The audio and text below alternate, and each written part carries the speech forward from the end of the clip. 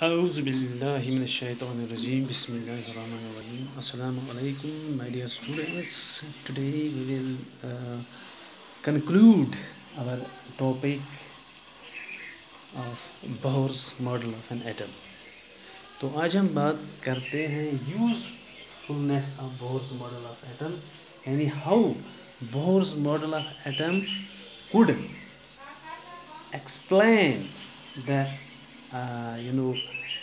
shortcomings faced by Rutherford's model. जो Rutherford's model में जो shortcomings थी वो बोहर ने कैसे उन पे जो उनका solution दिया.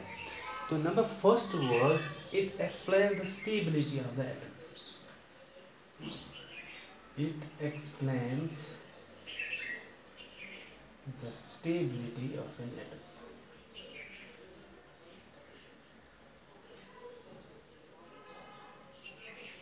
आपको याद होगा रदरफोर्ड्स मॉडल ऑफ एटम जब हम पढ़ रहे थे उसमें इस स्टेबिलिटी ऑफ एटम पर सवालिया निशान लगी थी, यानी उस मॉडल के हिसाब से जो इलेक्ट्रॉन जो है न्यूक्लियस में गिर जाता है, यानी वो स्पाइरल करता था, ऐसे स्पाइरल स्पाइरल स्पाइरल नजदीक आके आके आके लास्ट में वो इसमें जाता था. दैट वाज इससे जो हमारा एटम जो है वो इनस्टेबल होता था. तो this Bohr's model explain the stability of atom. कैसे उसने एक्सप्लेन किया? उसने कहा electron can not lose energy as long as it stays in a particular orbit. उसने ये प्रूव करके दिया electron can not lose energy as long as it stays in a particular orbit. मिसाल के तौर पर अगर ये हमारा न्यूक्लियस है, अगर यहाँ पर इलेक्ट्रॉन है, this is the ground state, for example this is the ground state, अगर यहाँ पर इलेक्ट्रॉन है, जब तक ये इस ऑर्बिट में रिवॉल्व करेगा तब तक ये जो एनर्जी जो है ये लूज नहीं करेगा. अगर ये यहाँ से यहाँ तक जंप करेगा, for example this electron jumps from n = 2 to n = 1, जब ये यहाँ से यहाँ तक जंप करेगा तो उसी टाइम इट इमिट्स एनर्जी. ये इमिट करेगा एनर्जी. कितनी एनर्जी इमिट करेगा? जितनी इन दो एनर्जी लेवल्स के एनर्जी के डिफरेंस के बराबर. फॉर एग्जाम्पल अगर इसकी एनर्जी E2 होगी, इसकी E1 होगी, तो ये E2 - E1 energy abruptly emit करेगा. जब ये इमिट करेगा उसके बाद जब ये इस ऑर्बिटल में आया, फिर यहाँ से ये रिवॉल्व करने लगेगा, मगर उसके बाद ये एनर्जी लूज नहीं करेगा. That is how it explains the stability of an atom. So number second is it explains the line spectrum of hydrogen. So this is the most remarkable success of Bohr's theory. According to Bohr's theory, जो भी हमने कहा कि electron can neither emit nor absorb energy as long as it stays in a particular orbit. जब तक एक electron particular orbital में है तब तक ना ये इलेक्ट्रॉन एनर्जी इमिट कर सकता है ना एनर्जी एब्जॉर्ब कर सकता है. हाउएवर अगर हम इस एटम को is subjected to electric discharge और हाई टेम्परेचर, अगर हम इसमें इलेक्ट्रिक डिस्चार्ज लगाते हैं, for example this is our nucleus, ये है हमारा फर्स्ट ऑर्बिटल, और electron is there, these are vacant orbitals. तो जब हम इस पे इलेक्ट्रिक डिस्चार्ज अप्लाई करते हैं, इलेक्ट्रिक डिस्चार्ज या high temperature, that means we are applying energy. जब हम इस पे एनर्जी अप्लाई करते हैं तो ये इलेक्ट्रॉन जो है इट में jump from ground state to any other excited state.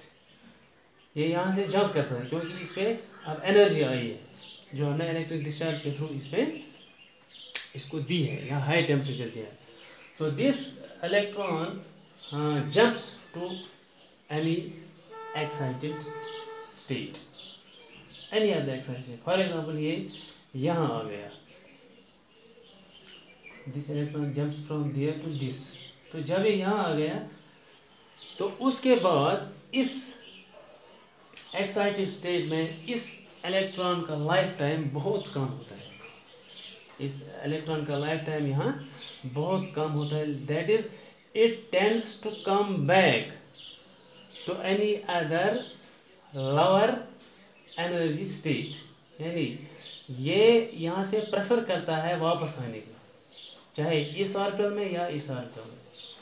जब ये यहाँ से वापस आता है, नेचुरली यहाँ इसकी एनर्जी हाई थी और फॉर एग्जांपल अगर ये वापस इस ऑर्बिटल में आया तो यहाँ एनर्जी लो है। दैट इज इट इमिट्स, ये इमिट करता है, इट इमिट्स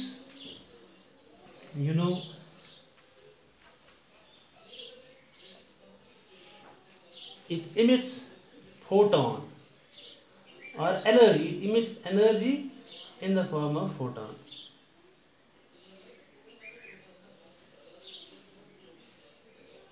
मैंने क्या कहा, मैंने ये कहा कि जब एक एटम होता है हाइड्रोजन एटम, ये ग्राउंड स्टेट में एक इलेक्ट्रॉन मूव करता है तो ये एनर्जी ना लूज करेगा ना इमिट करेगा। जब हम इसको इलेक्ट्रिक डिस्चार्ज अप्लाई करते हैं तो नेचुरली ये इलेक्ट्रॉन जंप करता है ग्राउंड स्टेट से किसी एक्साइटेड स्टेट पर।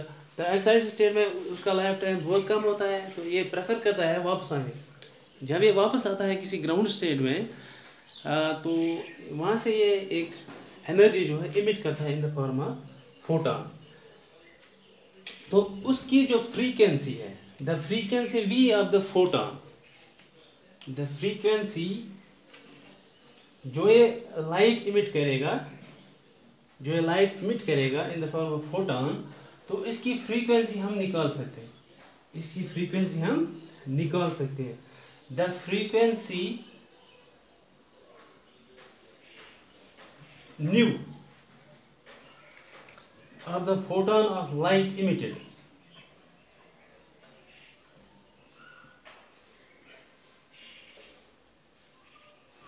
किसके बराबर होगी? ये होगी, यहाँ एक रिलेशन है, delta E is equal to h nu. This is the change in energy from higher energy state to lower. For example E2, इसकी एनर्जी फॉर एग्जाम्पल लेते हैं हम E2, इसकी एनर्जी लेते हैं E1। तो change in energy is E2 minus E1 is equal to h nu. तो nu यहाँ पर निकल आएगा E2 minus E1 divide by H.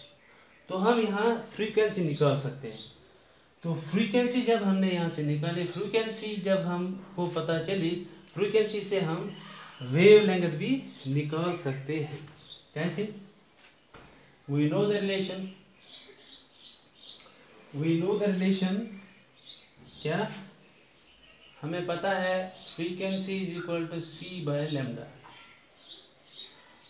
तो यहाँ से हम लैम्डा निकाल सकते हैं।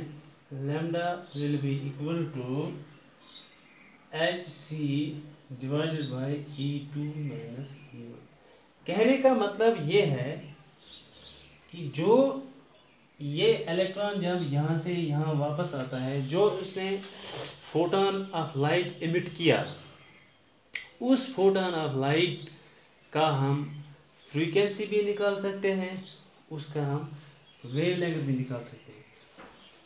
इसी फ्रीक्वेंसी और इसी वेवलेंथ के बराबर there appears a line in the spectrum, यानी इसी फ्रीक्वेंसी या वेवलेंथ के बराबर एक लाइन हमें आ जाती है स्पेक्ट्रम में। क्या आ जाती है? एक लाइन आ जाती है। द फ्रीक्वेंसी और wavelength of the spectral line calculated with the help of above equation are found to be in good agreement with the experimental value. तो ये जो यहाँ से हमने ये फ्रीक्वेंसी निकाली या लैम्डा जो जब हमने निकाला तो इसके बराबर एक लाइन हमें स्पेक्ट्रम में आती है। उस स्पेक्ट्रम का जब हमने एक्सपेरिमेंटली उसकी फ्रीक्वेंसी या वेवलेंथ निकाली तो ये और ये जो हमने यहाँ निकाली तो ये मतलब इन गुड एग्रीमेंट में आए, यानी इनका वैल्यू तकरीबन उसके बराबर आ गया, एक्सपेरिमेंटल वैल्यू के बराबर आ गया। That is how Rutherford's that is how Bohr's model of an atom explains the line spectrum of hydrogen atom. So these were the two limitations faced by Rutherford's model of an atom were corrected and explained by Bohr's model of an atom. I think this is enough for today. Have a nice day.